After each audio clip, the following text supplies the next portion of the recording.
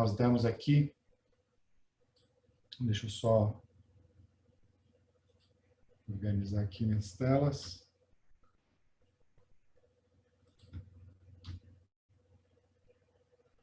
Acredito que vocês estão vendo aí, né? Demos como título Prova de Fogo. Todos estão conseguindo ver? Está dando para me ouvir direitinho? Está tudo certo? Consegue ver aí na tela? Ok. Prova de Fogo. Não é? Nós vimos aí nos primeiros capítulos do livro de Daniel a experiência principalmente de Daniel e mais seus 4 amigos, não é, que tiveram aí durante o período que foram levados como cativos, os seus nomes mudados e uma influência muito grande para que eles pudessem ser aculturados nessa nova cultura de Babilônia, ok? Com uma alimentação diferente, com uma linguagem diferente e principalmente com um culto diferente. E nós vimos aí nos primeiros capítulos que eles resistiram à primeira prova quanto à questão do apetite, quanto à questão da alimentação, principalmente. E aí, ao final do primeiro capítulo, vocês viram o resultado, não é, de que Deus concedeu sabedoria e inteligência 10 vezes mais do que todos os outros ali que também foram transportados para a Babilônia. Então, jovens de valor. A gente percebeu que a Babilônia queria os melhores, os mais inteligentes, os mais bonitos, os mais talentosos. E não se engane, não é? O inimigo de Deus ele está querendo também enredar, não é, para as suas fileiras aqueles que podem exercer grande influência também sobre os demais. Então aqui vai o primeiro alerta, né, para os jovens, né, você jovens, né, principalmente, Deus conta com você. Ele quer te usar para influenciar outros, não é? Mas saiba que também há interesses do inimigo das almas em usar a tua vida também para o mal. Então resista firme, assim como Daniel e seus amigos. No capítulo 2, vocês viram aí o sonho dado a Nabucodonosor que ninguém conseguia entender. E aí existe uma ameaça de que todos os sábios fossem mortos. E então Daniel pede um tempo para orar e para poder solucionar o problema do rei. E aí, ao final também do capítulo, veja como Deus vai dando sucesso às pessoas de oração, às pessoas que se colocam nas suas mãos, não se rendem às influências do mal, não é? E aí, no final do capítulo, existe a interpretação ali dos reinos, das sucessões, daquela estátua, não é? E então Daniel e seus amigos são engrandecidos naquele reino. Recebem cargos, recebem postos de responsabilidade, e o rei então começa a usar estes homens para governar certas áreas da grande Babilônia.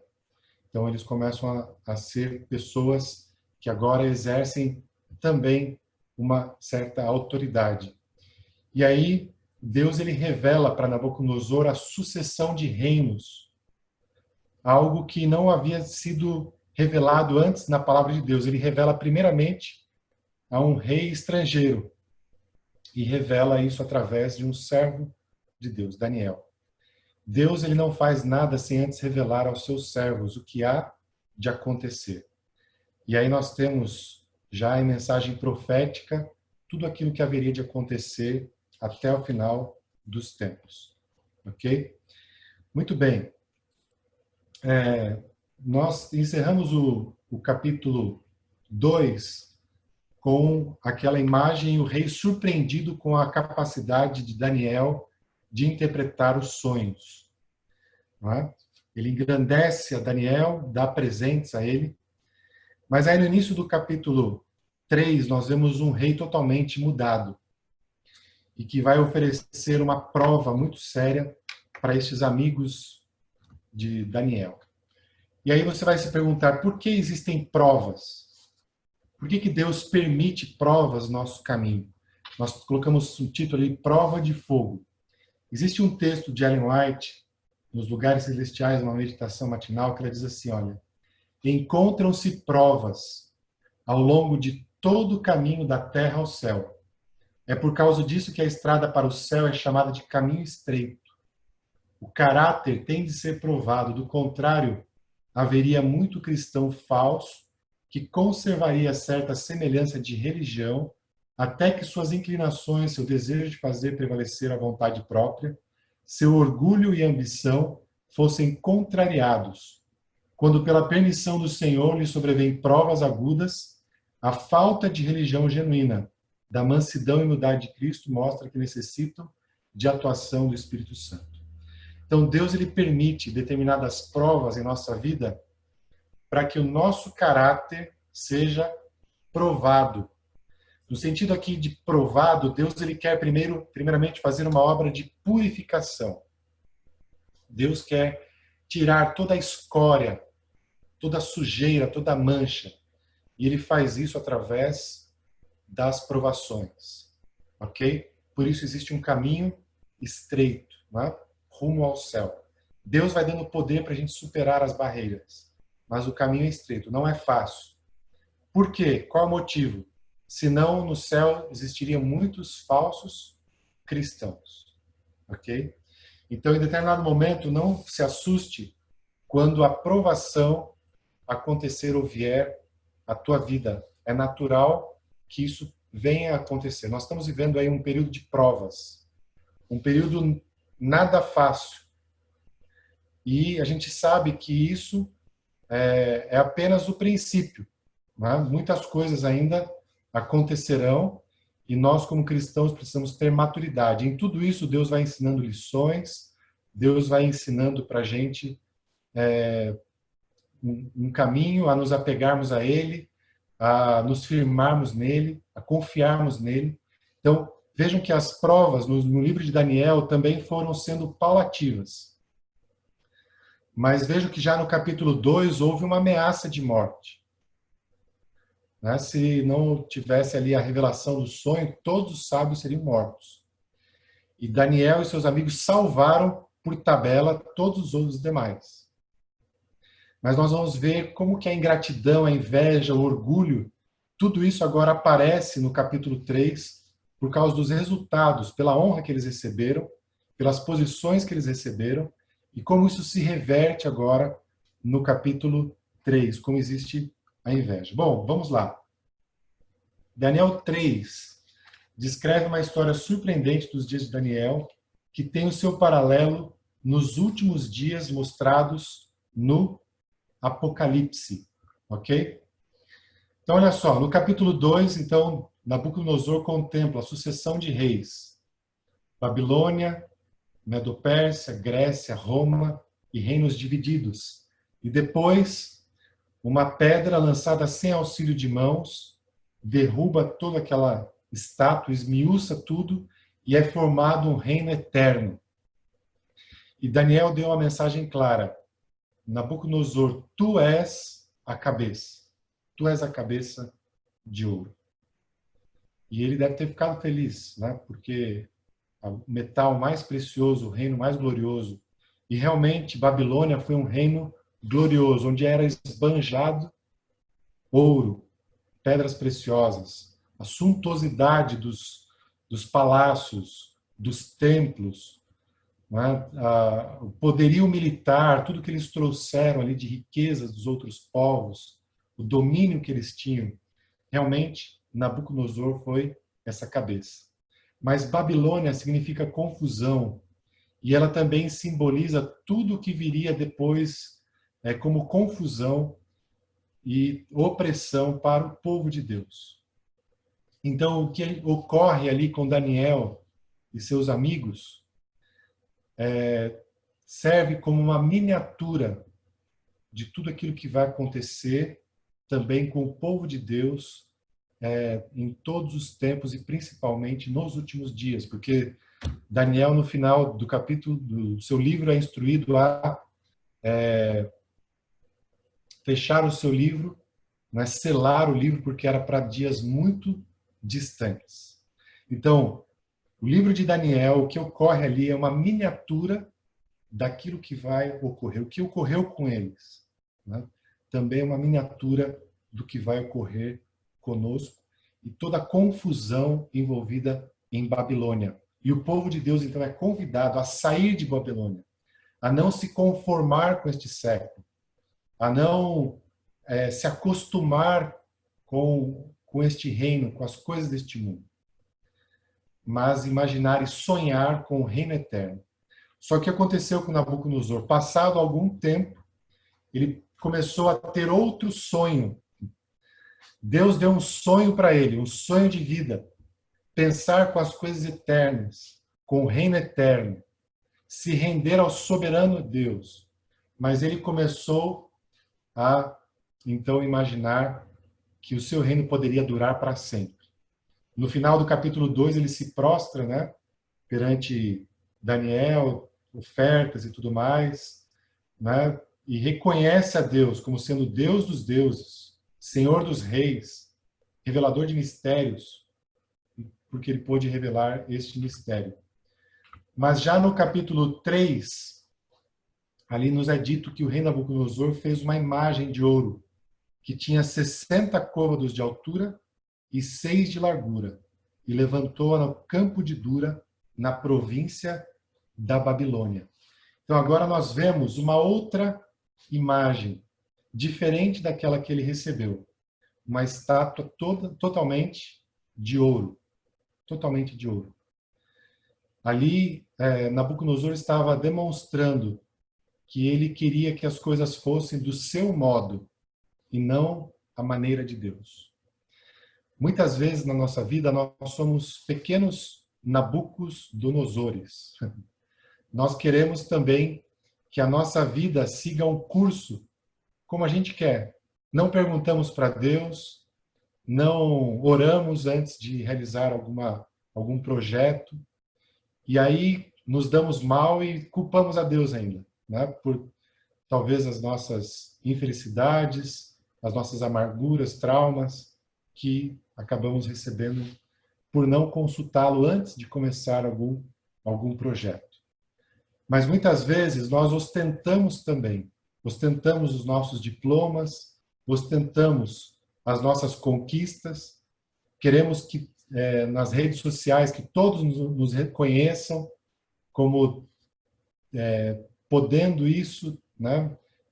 Tendo aquilo, né? Então, mais do que ser, nós valorizamos neste mundo, o mundo do ter, da ostentação.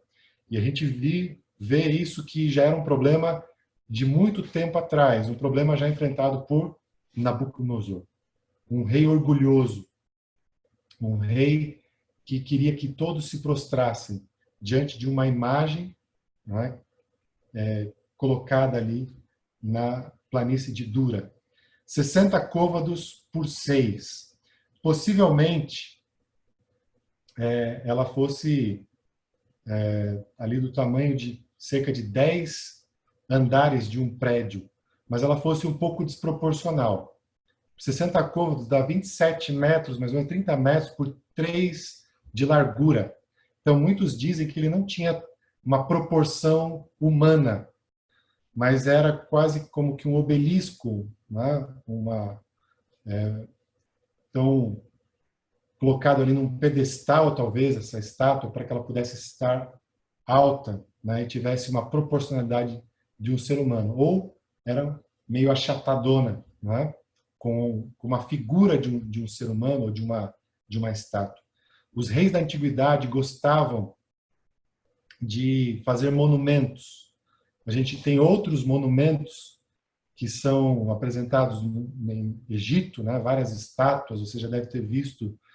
Você tem Coliseu na Grécia, né? E tantos outros monumentos, né? que são erguidos também como orgulho a conquistas e tudo mais. Então, Nabucodonosor tem também esse propósito de reunir as pessoas, né? No verso 2 aqui, ele mandou ajuntar, né? todos os governadores, líderes da sua nação, conselheiros, para a dedicação dessa imagem, para a consagração dessa imagem. Numa planície, aquela imagem ela se destacava e parecia mais ou menos como se fosse um santuário, um lugar de adoração, contrariando os mandamentos de Deus, né? Ele contrariou aí o mandamento de Deus, principalmente o segundo mandamento. Não farás para ti o quê? Imagem de escultura. Não se prostrará a elas, né? Não prestará culto. Então, ele vai contrariando aqui os mandamentos claros da lei de Deus. Só que o interessante é o seguinte, no livro Mente, Caráter e Personalidade, e também que é repetido aqui no livro Grande Conflito, é lei tanto da natureza intelectual como da espiritual, que pela contemplação nos transformamos. O espírito gradualmente se adapta aos assuntos com os quais lhe é permitido ocupar-se. Identifica-se com aquilo que está acostumado a amar e reverenciar. Uma pessoa que é orgulhosa, ela adora o próprio eu. E aí essa estátua era uma representação, né, do seu poderio e do poderio dos seus deuses. Só que aí você vê uma estátua que não pode atender, que não pode atender uma prece, que não pode escutar um Deus criado a partir de um metal. Por quê? Porque o nosso Deus eterno, ele não pode ser representado pelas mãos humanas. Nós somos feitura dele, nós somos feitos à sua imagem.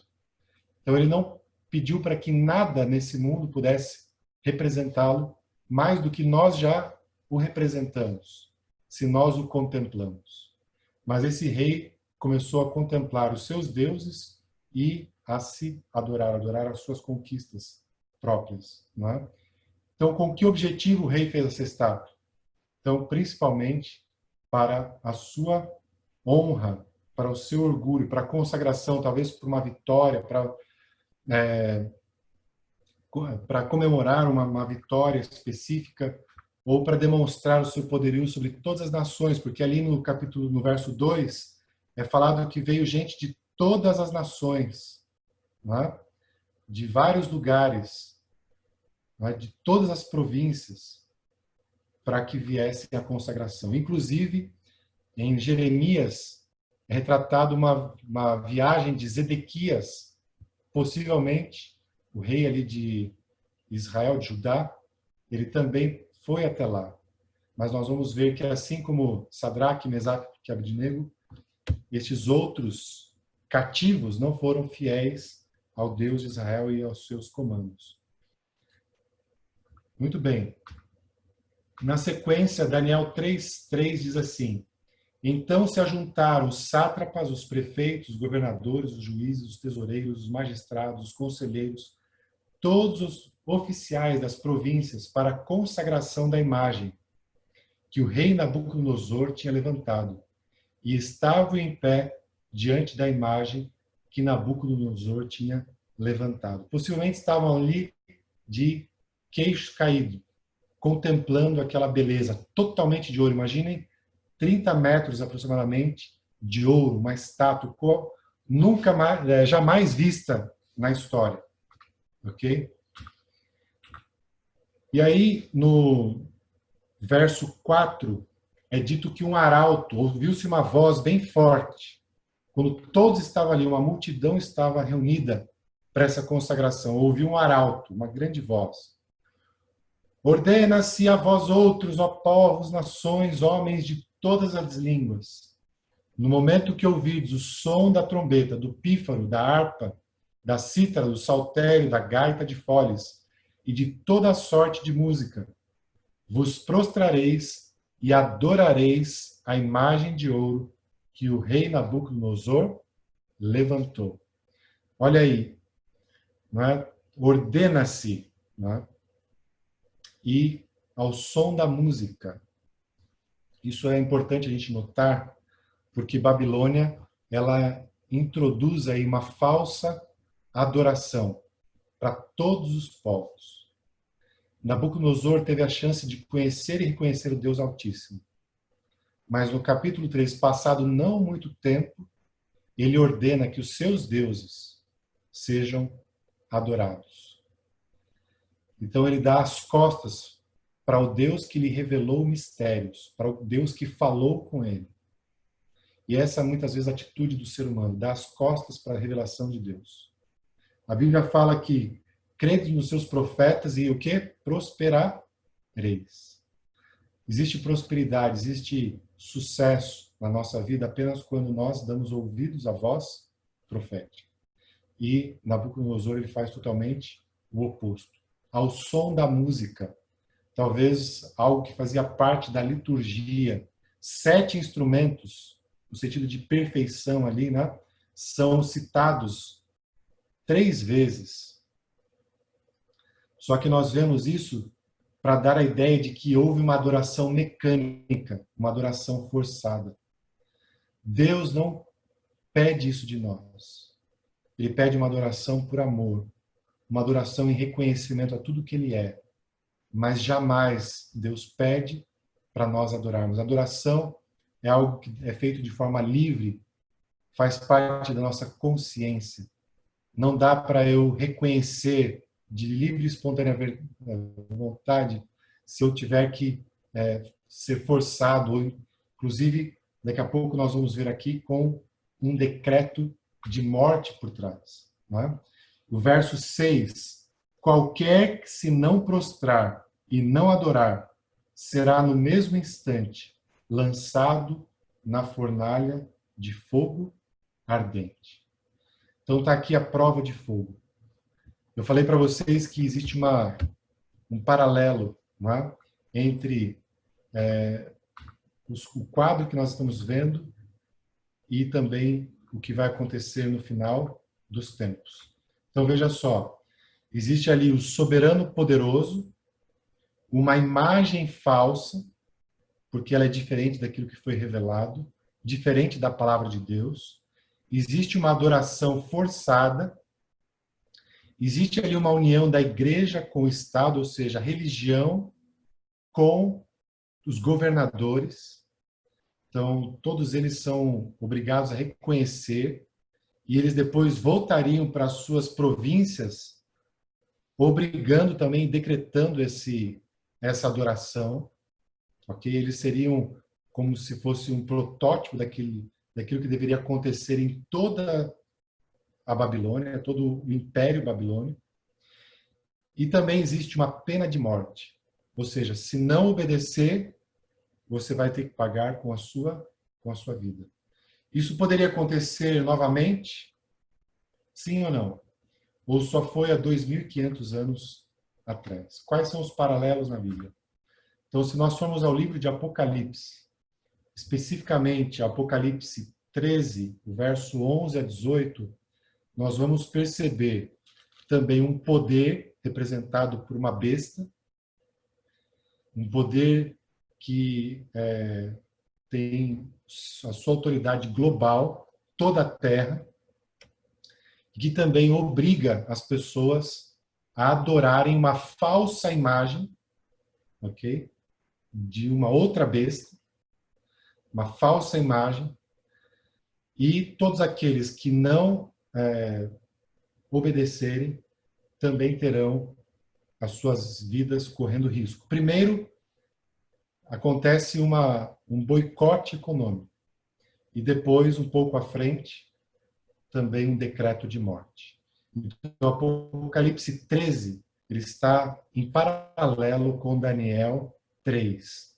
Então, por conta do tempo e tudo mais, nós não vamos ler tudo aqui de Apocalipse 13, 11 a 18, mas você conhece, você tem estudado as profecias também de Apocalipse juntamente com de Daniel. Esses 2 livros são para o nosso estudo nesses últimos dias da história deste mundo, para nós nos prepararmos, para estarmos atentos. Agora você vai dizer, pastor, isso é possível? Um boicote econômico, um decreto de morte? Sim. Nós estamos vendo as coisas se afunilando e nós estamos vendo religiões se unindo. nós estamos vendo o ecumenismo. Estamos vendo aí o que o pastor Michelson Borges fala de ecumenismo. Religiões em torno de interesses comuns, para o bem comum da humanidade. Mas que depois, né, Babilônia sempre foi Babilônia, mas que por fim sempre exigirá o rendimento aos seus objetivos, à sua estrutura de adoração e de religião. Babilônia sempre foi Babilônia, foi confusão. E ela sempre procurou, né, instituir o seu modo próprio de adoração. E que envolve uma adoração falsa, uma adoração que busca receber a salvação pelos seus próprios méritos, pelas suas realizações, e não pela fé em Cristo Jesus, nos méritos de Cristo Jesus. Então, esse é o contraste que existe dentro da Bíblia, desde o princípio, desde Caim e Abel, dois tipos de pessoas, dois tipos de adoração, e que vai existir até o final dos tempos. Então, Daniel 3:1 está em paralelo com Apocalipse 13:11, né? Um poderoso soberano. Acompanhe comigo lá em Apocalipse, né? Nós vamos ler apenas alguns dos textos ali. Então, o que diz ali? 13:11. Vi ainda outra besta emergir da terra, possuía 2 chifres, parecendo cordeiro, mas falava como dragão. Ok? Então, um poderoso soberano. Então, ela se ergue, né? Só que ela tem um problema. Ela se parece com um cordeiro, mas fala como um dragão. Daniel 3:2, uma imagem falsa, está ali no verso 14. Seduz os que habitam na terra por causa dos sinais que lhe foi dado executar diante da besta, dizendo aos que habitam sobre a terra que façam uma imagem à besta, aquela que ferida a espada sobreviveu. Então ela faz uma imagem àquele primeiro poder, a primeira besta, que a Bíblia fala que reinou, que exerceu autoridade durante 42 meses ou 1260 dias, anos, né? Que é a representação da Igreja Romana durante a Idade Média até 1798, ok? Que perseguiu os santos e tantos outros, né? As pessoas mudaram os tempos, a lei e tantas coisas mais. Uma adoração forçada. Olha o que é dito ali em Apocalipse 3:15. E lhe foi dado comunicar fôlego à imagem da besta, para que não só a imagem falasse, como ainda fizesse morrer quantos não adorassem a imagem da besta. Aí está essa adoração forçada, né, instituída por Babilônia. E o verso 13:12 exerce toda a autoridade da primeira besta na sua presença. Faz que a terra e seus habitantes adorem a primeira besta, cuja ferida mortal fora curada. Então ela utiliza o seu poderio para obrigar uma adoração à primeira besta. Ok? Então um poder mundial que obriga todos os seres, todos os habitantes da terra a adorarem essa falsa imagem. E no verso 15 ali, lhe foi dado comunicar fôlego à imagem da besta para que não só a imagem falasse, como ainda fizesse morrer, né, todos. Então aí está a pena de morte, né, que nós estamos nos referindo. Muito bem. O que acontece então ali naquela planície de Dura, quando é apregoado para que todos se prostrem, todos beijem o solo, coloquem o seu nariz no solo? 3 jovens, olha essa imagem fantástica, né? 3 jovens não se prostram. Aí está Daniel 3:8-12. Vamos retornar ali ao texto de Daniel. O que nos é dito ali? Daniel 3:8-12. Diz assim: Ora, no mesmo instante, se chegaram alguns homens caldeus e acusaram os judeus. Disseram: Ó rei Nabucodonosor, ó rei, vive eternamente. Tu baixaste um decreto pelo qual todo homem que ouvisse o som da trombeta, do pífaro, da harpa, da cítara, do saltério, da gaita, de foles, de toda sorte de música, se prostraria e adoraria a imagem de ouro. E qualquer que não se prostrasse e não a adorasse, seria lançado na fornalha de fogo ardente. Há uns homens judeus que tu constituís sobre os negócios da província. Vejam o tom de desdém. Há uns homens aí. Se esqueceram de que, anos atrás, foram eles que oraram para que houvesse uma revelação e a sua vida fosse salva. Tem uns homens aí, não é? Sadraque, Mesaque e Abednego. Estes homens, ó rei, não fizeram caso de ti, aos teus deuses, não servem, nem adoram a imagem de ouro que levantaste.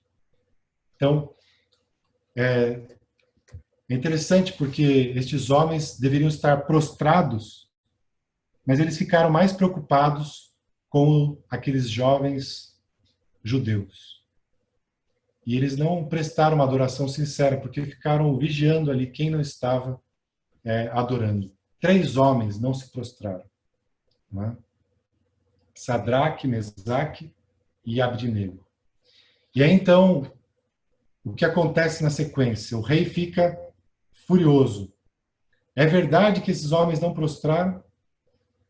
E aí, no verso 13 diz, irado e furioso, um homem que deveria ser o líder, ser o exemplo, não conseguia se controlar, não conseguia dominar a si mesmo. Mande chamar esses homens. E aí, no verso 15, ele dá então uma nova chance para eles. Se estáis dispostos, quando ouvirem o som dos instrumentos, eu vou dar uma nova chance para vocês adorarem essa estátua. E aí ele faz até com desdém, ele formula a seguinte frase: e quem é o Deus que vos poderá livrar das minhas mãos? Quem é o Deus que vai poder livrar vocês? Vou dar mais uma chance para vocês. Vai tocar tudo de novo. E aí eu gostaria que vocês se adorassem.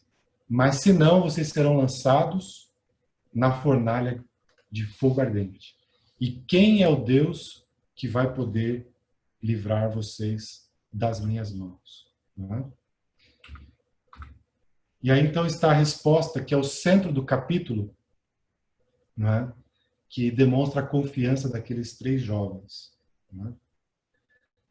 Eles dizem o seguinte: ó Nabucodonosor, quanto a isto não necessitamos de te responder. Eles não querem entrar em polêmica. Quem é que pode? Nós não vamos nem responder. Deus é que vai responder por nós. Se o nosso Deus, a quem servimos, quer livrar-nos, ele nos livrará da fornalha de fogo ardente e das tuas mãos, ó rei. Se não, fica sabendo, ó rei, que não serviremos aos teus deuses, nem adoraremos a imagem de ouro que levantaste. Nós não precisamos responder para ti, ó rei. Se o nosso Deus que nós servimos quiser livrar, ele pode e tem poder para livrar. Essa era a confiança. Mas se ele não quiser, fica sabendo que mesmo assim nós estamos dispostos a morrer pelo Deus que nós servimos, pela fé que nós professamos nele. E é interessante no verso 24, dando um salto agora, a história, porque você conhece, né? O rei mandou acender 7 vezes mais, mandou jogar aqueles jovens, né? Os homens que jogaram Sadraque, Mesaque e Abednego na fornalha, eles mesmos não conseguiram resistir ao fogo. E aí, daqui a pouco, né, o rei contempla uma cena que ele jamais esperaria ver e visualizar. Daniel 3:24 diz o seguinte: então o rei Nabucodonosor se espantou e se levantou depressa e disse aos seus conselheiros: não lançamos nós 3 homens atados dentro do fogo? Responderam o rei: é verdade, ó rei. Tornou ele e disse: eu, porém, vejo 4 soltos que andam passeando dentro do fogo, sem nenhum dano, e o aspecto dos quatro é semelhante ao filho dos deuses. Aí está. Aqueles que honram a Deus, Deus também os honrará. Aqui diz que Deus recompensou a fidelidade. O próprio Filho de Deus, Jesus pré-encarnado, aquele que apareceu a Abraão quando foi visitar Sodoma e Gomorra, aquele que apareceu a Moisés na sarça ardente, aquele que apareceu a tantos outros homens, apareceu depois para Gideão, apareceu para os pais de Sansão, tantos outros homens. Na Bíblia muitas vezes é conhecido como o anjo do Senhor. E que depois, no livro de Daniel, é conhecido também como Miguel, é conhecido como príncipe dos exércitos, né, do Deus Todo-Poderoso, aquele que é conhecido também como filho do homem, no livro de Daniel. Cristo pré-encarnado honrou aqueles homens que foram fiéis a ele. Deus recompensou a sua fidelidade. Existe uma promessa bonita. Quando vocês passarem pelas águas, eu serei contigo. Quando pelos rios, eles não te submergirão. Quando passares pelo fogo, não te queimarás, nem a chama arderá em ti. Essa é a promessa de Isaías, que se cumpriu na vida destes homens. Nem sinal de fogo, cabelo chamuscado, cheiro de fumaça, nada, né, quando eles saíram ali daquela fornalha. Né? Pontos principais que podemos aprender. A imagem de ouro é erguida pelo rei. Existe uma sentença para aqueles que não se prostrassem. Existe uma denúncia contra os amigos de Daniel. O ponto central, a postura firme dos cativos hebreus. A sentença de morte é cumprida, eles são lançados no fogo. Existe uma surpresa ao rei ao ver os hebreus vivos. E existe a aparição do quarto homem na fornalha de fogo. A fé, ela não é um mero pensamento positivo, mas é uma força que te leva à ação. Ela provém de uma submissão total a Deus. A fé vitoriosa, ela nos leva a ver o invisível. Em Hebreus 11, nós temos lá a galeria da fé. Homens que suportaram tantas coisas por Deus. Ver o invisível, ofertar do jeito certo. Abraão, né, ofertou, Deus o que era o melhor, né? Fazer o incrível. Em Hebreus fala de Noé que construiu uma arca. Confiar na providência. Abraão confiou quando foi lhe pedido filho. Deus proverá. Ter coragem. Hebreus 11, 23. Escolher direito e suportar a aflição. Então, em Hebreus 11 não menciona diretamente os amigos de Daniel, mas é possível enxergar uma certa descrição das características deles nesse período.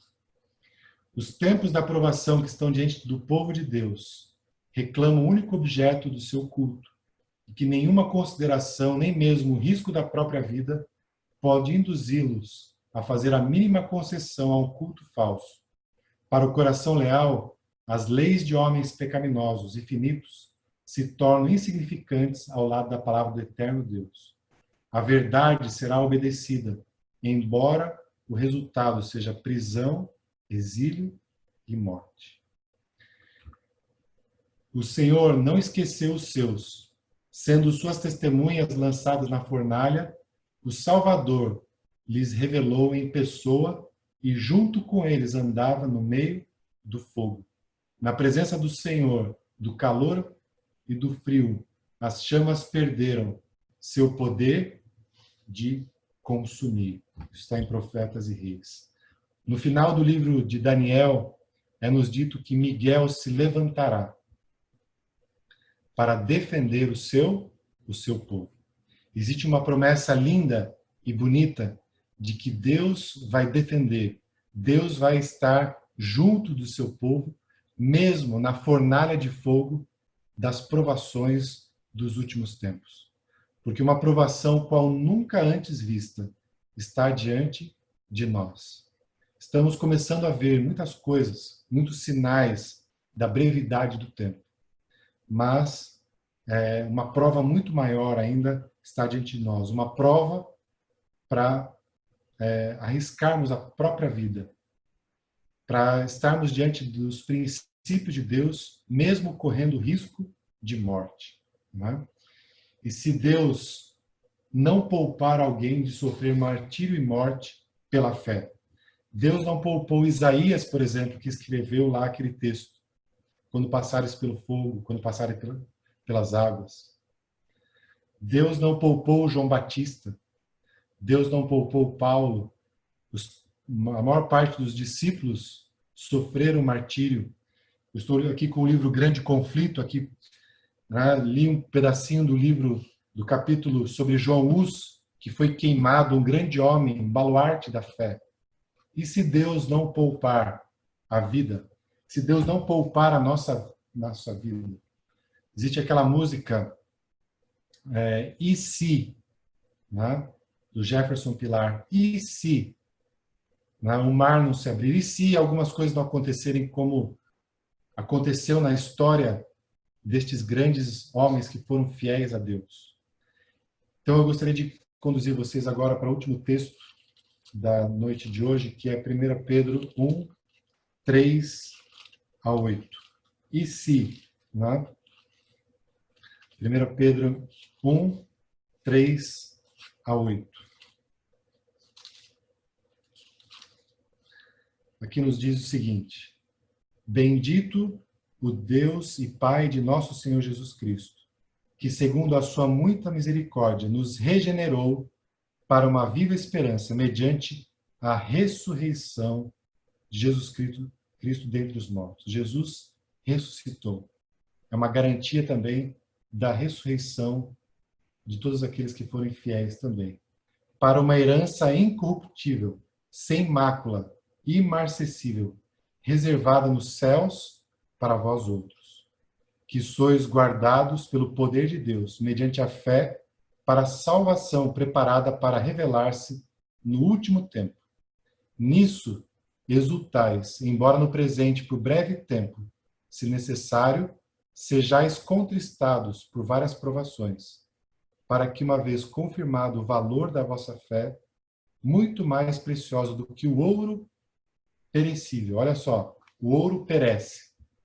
Nabucodonosor se esqueceu de que o ouro também é corroído. O ouro perece. Mas existe um caráter que nós podemos construir muito mais precioso do que o ouro. E ele está sendo provado hoje. Mesmo apurado por fogo, redunde em louvor, glória e honra na revelação de Jesus Cristo, a quem, não havendo visto, há mais, no qual, não vendo agora, mas crendo, exultais com alegria indizível e cheia de glória. Olha que bonito, né? Obtendo o fim da vossa fé, que é a salvação da vossa alma. O fim da vossa fé é a salvação da alma. Que história impressionante, né? Que história de fé, que história linda nós podemos ter, que exemplo de dedicação de homens que se colocaram nas mãos de Deus, que não temeram a própria vida. Eu fico pensando pessoas que arriscam a vida por tantas coisas neste mundo, né? Pessoas que arriscaram a vida e que nós quase que endeusamos, né? Pessoas que, por exemplo, são corredores aí de Fórmula 1, né? Arriscam a vida. A gente tem aí um grande corredor, né, que é considerado como um ídolo, que foi Ayrton Senna. Eu gosto de assistir os vídeos dele. Ele se arriscava, né, para poder dar aí uma sensação, no sentido de conquista, de vitória para o povo brasileiro. Isso é muito bonito, é muito legal, né? Mas ele se arriscou pelo quê? Né?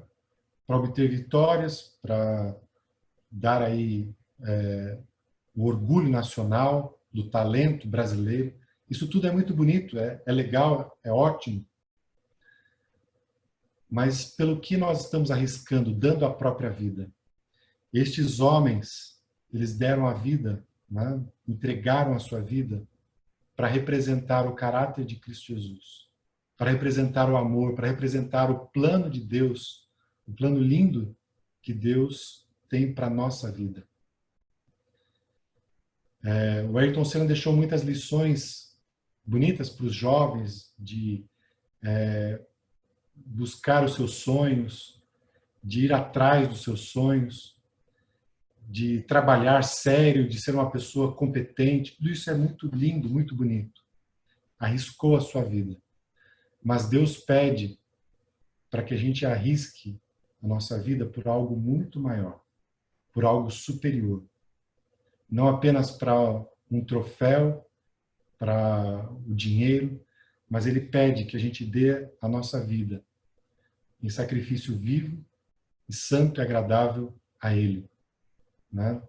Dar o nosso culto racional, a nossa vida, entregar a nossa vida inteiramente nas suas mãos, para Ele fazer aquilo que Ele sabe melhor, que é salvar as pessoas, conduzir as pessoas deste mundo de pecado para a sua maravilhosa luz. Que Deus abençoe a sua vida, que lhe dê muitas vitórias ao lado de Jesus, que você possa ter essa fé, né?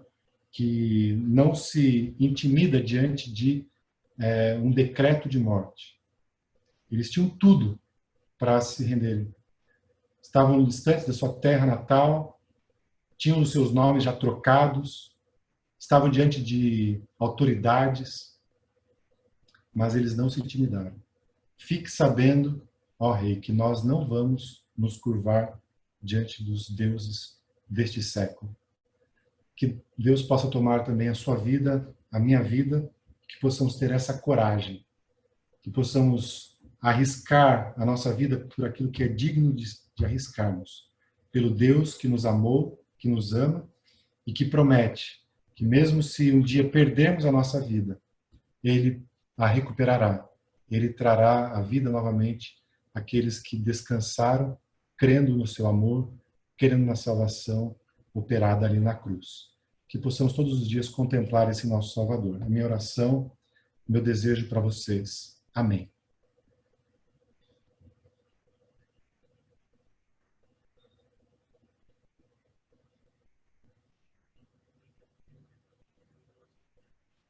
Pastor, pode fazer uma oração, por gentileza? Ok, vamos orar. Querido Deus, nosso Pai, muito obrigado porque pudemos, nesse momento, reunir pessoas que estiveram dispostos a ouvir a Tua palavra, estiveram dispostos, mesmo na sua casa, tornar o seu lar uma igreja, o seu lar um lugar de adoração, o seu lar um lugar onde Jesus pudesse visitar, pudesse estar presente.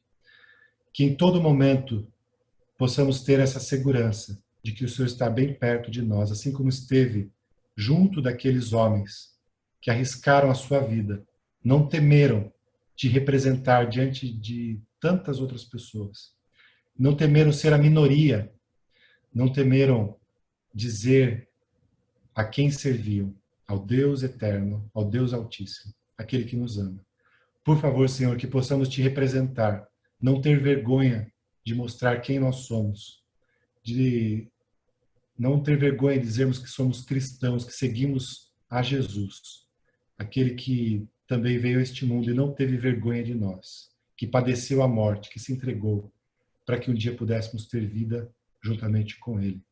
Fica conosco, Senhor, nos abençoa, nos guarde e que o Senhor fortaleça a nossa fé para enfrentarmos as provas que estão diante de nós.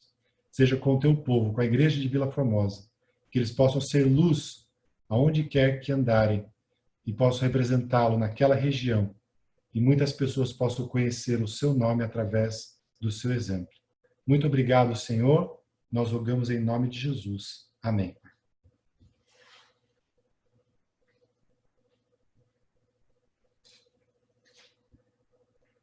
Agradeço a oportunidade aí, um grande abraço para vocês. Foi uma alegria estarmos juntos aí, Toninho, Muito Mariana, obrigada, pastor. um Tudo de pastoral bom para por o aí. senhor.